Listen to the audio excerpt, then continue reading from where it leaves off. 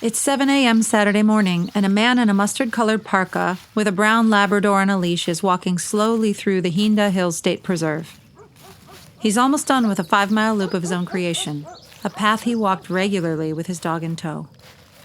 With his truck just a quarter-mile away, Larry Castle was thinking about what he would eat for breakfast when he caught the reflection of a headlight in the early morning sun. In a police interview, Castle said he immediately felt a sinking feeling in his stomach when he spotted the candy apple red VW Beetle. He walked this path often and knew that getting a car out that deep into the preserve wouldn't be easy. But, of course, he didn't see anything except an empty vehicle when he got to the car. That sinking feeling in his stomach went away, and he began to think about his breakfast again. Did he have enough coffee to make a full pot for himself and his wife, who would likely be getting out of bed when he returned home? Or would he need to stop at the store and pick some up? Larry Castle walked back to his truck, got in, and headed to the Stop and Save for another tin of coffee, just in case. When he returned home at 7:40 a.m., he put on the coffee and then he called his local police precinct to report an abandoned car in a nature preserve. He gave the dispatcher the info that he had. The car hadn't been there long. He knew this for a fact since he'd walked by the same spot the morning before. He walked in that area at least 6 days a week, though he often took Sunday off to sleep in and go to church with his wife. He described the car and even gave the dispatcher on the other end of the line the license plate number, which he had written down in the small pad he kept in his truck's glove compartment. He said that the terrain was rough just past where the car was parked, and that if somebody had been in trouble, it would have been easy to get lost. He said all of this casually, waiting on that coffee to brew in the pot by the sink.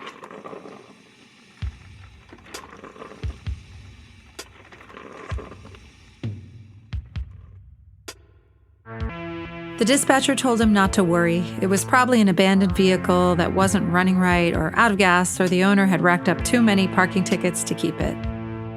He said they'd send somebody out to check on the car and that the police would be in touch if they had questions, but that wasn't likely. The dispatcher took Larry Castle's number and address, and that was that. The coffee pot stopped dripping, and he grabbed 2 cups, one for him and another for his wife, who was still sleeping in bed.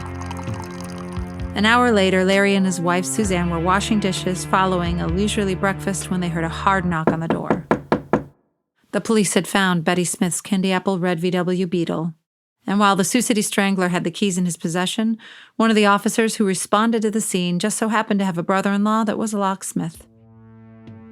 The 2 officers who located the car quickly found her body in the trunk, still wrapped in the flower print bedspread from the Bel-Aire Motel. Backup arrived swiftly, and the police started gathering resources before noon. The man they were looking for was nowhere in sight, though, as they combed the state preserve. He was sitting cross-legged on a bed, polishing off the last slice of a cherry pie, washing it down with bitter black motel coffee.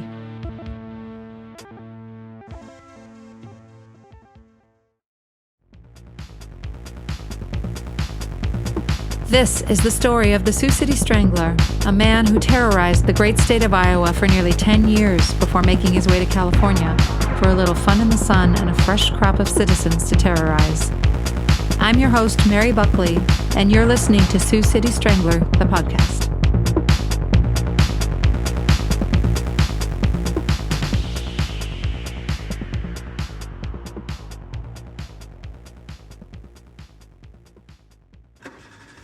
The Sioux City Strangler has just checked out of the Bel-Aire Motel and climbed into the driver's seat of his Pontiac. He put on his mirrored aviator-style sunglasses with one hand while tuning the car radio with the other. He was ready for a full day's drive west, and he wanted the right sounds to set the mood. He settled on an AM news station for the first part of his drive. There would be plenty of time for rock and roll, as he was planning to drive well into the night before stopping. As he pulled into the nearby Conoco to fill up, though, he heard something that gave him a chill. A newscaster with a big booming voice was detailing how the Sioux City PD had released a statement saying they had found an unknown woman in a red VW Beetle deceased in the Hinda Hills Preserve. No ID was found in the vehicle, and the keys were not at the scene of the crime. The case was clearly a homicide, said the newsman, though the police were being tight-lipped about the nature of the murder. The Sioux City Strangler knew all the details, though. He sat frozen in his seat, unable to get out and pump the gas he'd pulled in to buy. He could feel the beads of sweat form on his forehead and around his temples. The radio man went on to say that the body had been found 24 hours ago early Saturday morning by an unnamed hiker and his dog. The man had been interviewed, and while police were still in talks with him, he was not a likely suspect. The Sioux City Strangler's hands felt clammy and cold as he reached into his wallet to pay the attendant for the gas. He walked back to the pump, his head still swimming, and filled up his vehicle. He heard a siren in the distance and felt his heart beat hard in his chest. The sound faded, and the Sioux City Strangler took a deep breath. He got in his car and lit a cigarette and pulled out onto the nearby street. The disembodied radio voice cut through the static of AM radio jazz for another bulletin. I hate to bring you bad news, residents of Sioux City, but another body has been found. While combing Bahina Hills State Preserve, police discovered the remains of Andrea Olson, who you may remember went missing about a month ago. Residents of Sioux City, it seems that we have a killer on the loose. Andrea Olson meant nothing to the Sioux City Strangler. Yes, he remembered the news reports about her going missing, but he wasn't responsible for her disappearance. He didn't know how to feel about this new bit of information. The Sioux City Strangler pulled into the parking lot of a fast food restaurant and parked his Pontiac. He needed coffee and something to eat that wasn't cherry pie. He also needed to think without being behind the wheel of his machine. Nothing is more important than protecting your family from danger. So why do you still have an outdated security system that doesn't provide the best protection money can buy?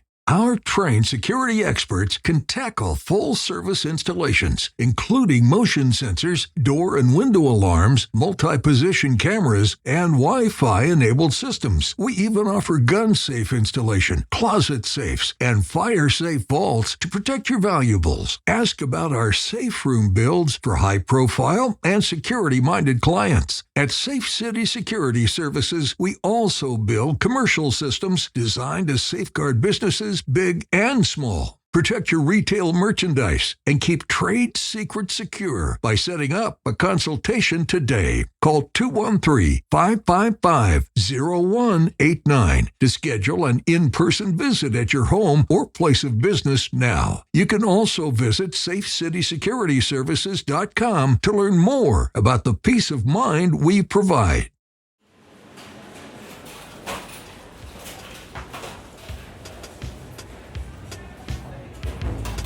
The Sioux City Strangler had a cheeseburger, French fries, and a Coke on a pink plastic tray in front of him. Surrounding him were children and their parents preparing for an afternoon at the park or getting lunch in before visiting the in-laws that always served boiled chicken, frozen green peas, and a multicolored Jell-O mold. He ate ravenously, looking to push the whole situation out of his mind for a minute with a helping of salt, sugar, and fat. It didn't work as well as he hoped.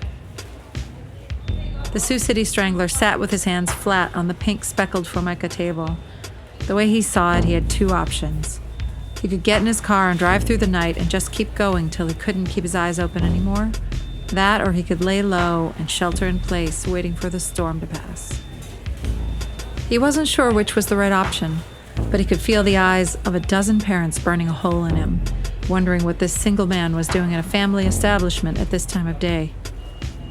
He left half of his cheeseburger and a soda that was starting to sweat and headed back out to his car. The streets were full of families with kids in the back seat heading home from church or making their way to Sunday cookouts and family gatherings. The Sioux City Strangler drove in a daze, no clue where to go.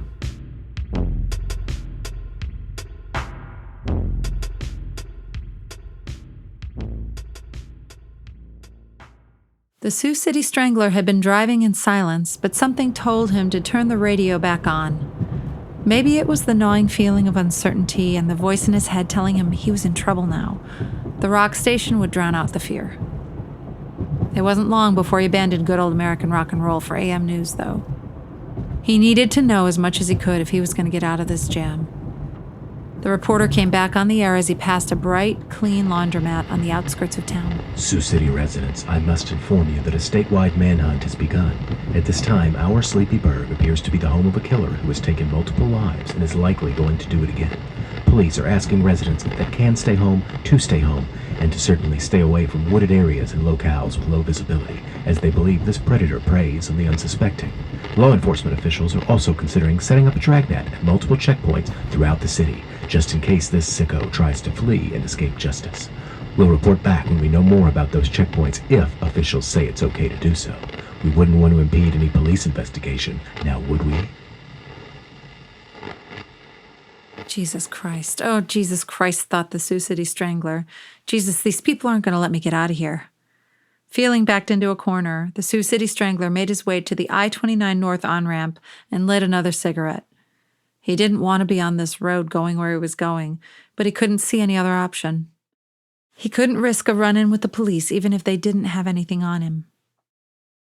15 minutes later, he arrived in the town of Jefferson and pulled into a convenience store. He bought a carton of cigarettes and a case of red, white, and blue special lager. He knew he was going to need both to make it through the next few days. The open road is calling your name. But out-of-control gas prices aren't doing you any favors. Gas Saver fuel additives can keep your car running smoothly and save you big bucks as you rack up the miles. Designed with a proprietary formula the competition just can't crack, Gas Saver unleaded, high-performance, and diesel fuel additives are in a league of their own. Show the road no mercy and burn rubber by putting Gas Saver fuel additives in your car or truck today. The Sioux City Strangler stopped his Pontiac on a residential street full of ramshackle little houses. He took a deep breath and lit another cigarette. He drove on slowly, stopping in front of a yellow house with peeling paint and dirt where grass should have been growing. He parked at the curb, got out, and walked up the 3 half-broken steps to the porch. There was a torn window screen blocking the door. He set it aside and gave a half-hearted knock, bracing himself against the side of the house. But there was no answer. He knocked again, this time a little louder. He waited and knocked one more time. He pressed his ear to the door, but he couldn't hear any movement inside the house. The Sioux City Strangler got back into his car and brought the engine to life. He put the car in reverse and backed it into the dirt driveway. He stopped himself and turned off the engine again. He wanted to drive away and never come back here, but could he risk trying to get out of the city? He thought better of fleeing and turned his car on one more time. He backed up as far as he could, his bumper almost touching the shed with the hole in the roof. He found a faded blue tarp in the shed and draped it over his car. There was a worn rocking chair on the porch with half of the cane missing, and that's where the Sioux City Strangler sat, waiting for someone to come home. He wanted to get inside and out of view, but another part of him didn't want anyone to come home at all.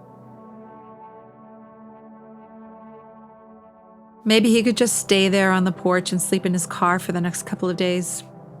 Maybe he could go in through the back door and just hide out in peace. Maybe, he thought, but not likely. She was bound to be home any minute. The Sioux City Strangler nearly drifted off to sleep with the afternoon sun on his face in that old, worn rocking chair. With his eyes closed, he heard a car pull into the driveway. The car played no music. The engine shut off. There was a long pause and a grunt, and the rustling of shopping bags. The car door closed, and the Sioux City Strangler grimaced and gritted his teeth. He knew it was her. He could tell by the pace of her movements. His mother walked up the driveway with a frown on her face. "I see you're back here again," she said. "Yeah, just for a few days if it's all right." He had to think on his feet now. "I'm having a little trouble with the car running hot." "Uh-huh," she said. "Get the bags out of the car if you're going to be here." He walked over and popped the trunk.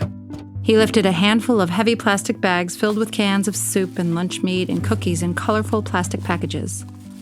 "Where were you?" he asked, as he carried the bags up the steps and toward the front door.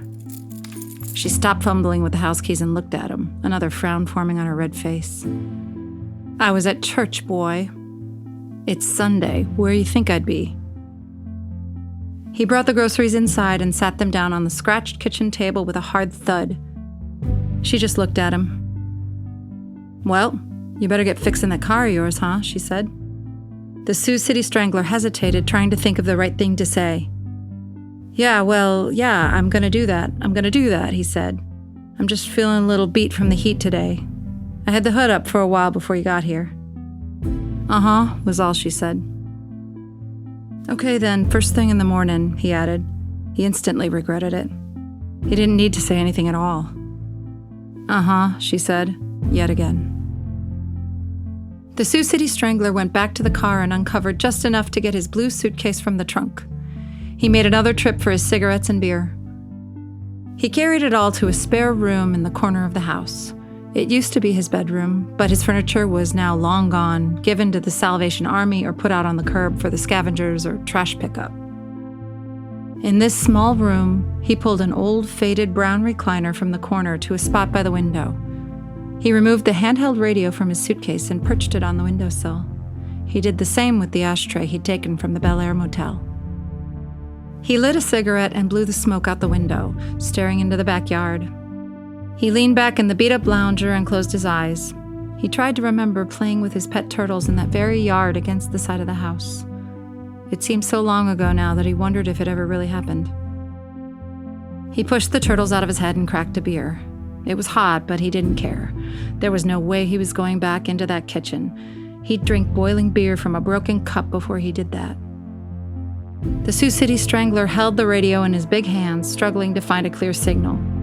Local news on the AM dial was all he was after, but even that proved difficult. He got as close as he could get and listened through the static.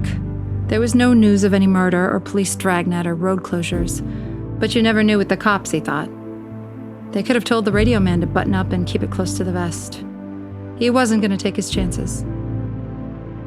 There, in that half-broken brown chair, the Sioux City Strangler drifted off to sleep despite the heat and the sun pushing its way through the thin gauze cafe curtain.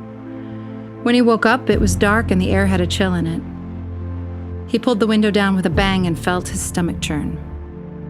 He'd only eaten half of his lunch at the fast food place and he'd smoked a dozen or so cigarettes since. He needed something to eat, but he didn't want to go back down that hallway and back into that kitchen. He didn't want to beg for a can of soup or a piece of bologna between 2 slices of store-bought white bread. Fuck it, he thought, grabbing his keys and wallet from the top of the old dresser where he'd put them before falling asleep in the recliner. He made a dash for his car and uncovered it, throwing the tarp in a heap on the ground. He turned the key hard and slammed the gas, throwing dust up onto the shed with the peeling paint. Say so long to broken toasters and faulty power supplies that won't power up your favorite gadgets anymore. Say hello to Big Mike and Big Mike's Electronic Supplies, taking the guesswork out of finding the parts you need to get your tech up and running. We've got everything from resistors and capacitors to custom-made power supplies. We can even help you find hard-to-source and obscure parts for vintage electronics from the 1970s and 1980s. Get that vintage synthesizer up and running and hear that beautiful mid-century blender whir again with the right parts from Big Mike's Electronic Supplies. Sioux City Strangler listeners can get 15% off up to $100 on orders placed in the next 30 days. Use code STRANGLER to save big at Big Mike's Electronic Supplies today. The Sioux City Strangler pulled into the parking lot of a McDonald's and made his way inside. He ordered 4 cheeseburgers, french fries, and a Coke. He got 4 apple pies wrapped in little red paper containers. He got it all to go. Back in his car, he turned up the volume on the radio. The newsman with the big booming voice was back. Sioux City residents, it's safe to say that the manhunt is on, and while I'm not sure I should be sharing this with you, the police say they've found some interesting evidence in that Hyundai Hills case I told you about earlier.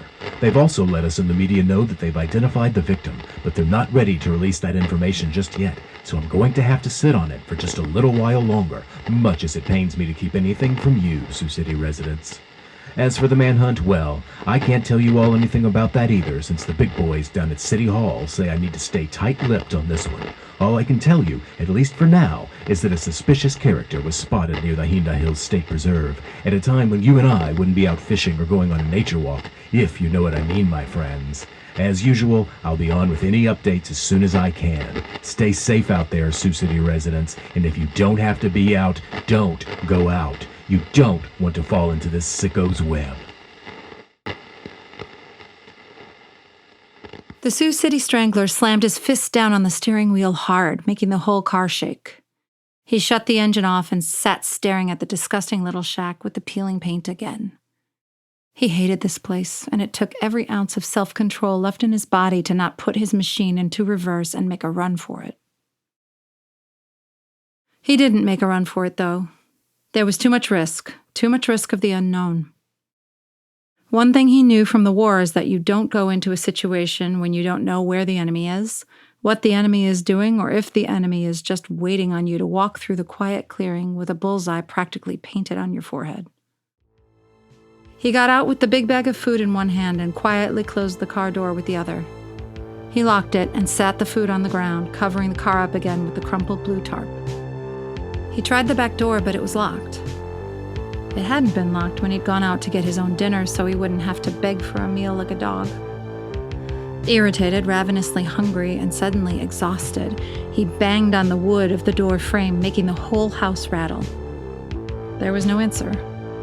He banged again and again, beating the facade of the house with his fists, punching it with his knuckles in anger. It worked, and she came to the door in her robe. She opened the door and said it again. "Uh-huh. I knew you'd be back." "Then why did you lock the goddamn door?" he asked. "Crazy's out there, and this is my house, so I'll lock any door I will please. And you can take that jungle mouth of yours right back where you got it, you hear me, boy?" There was no point in arguing. He had to endure a few days here and then he'd be gone. "Yeah," was all he said.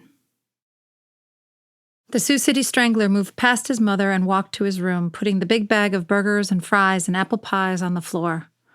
He sat back in the chair and lit another cigarette. He wasn't hungry anymore. He took a long drag and bang, there it was, a knock on the door. He should have been expecting it. She didn't wait for him to say anything to come into the room. "I thought you were going to Hollywood to be a star," she said sarcastically. "I don't want to be a star, Mom. All I want is respect. I just want people to know my name." "Uh-huh," she said, walking off down the hall without even bothering to close the door. "I just want people to know my name." He said it again, quietly under his breath, and then again, a little louder. "I just want people to know my name." Before long, everybody was going to know the Sioux City Strangler.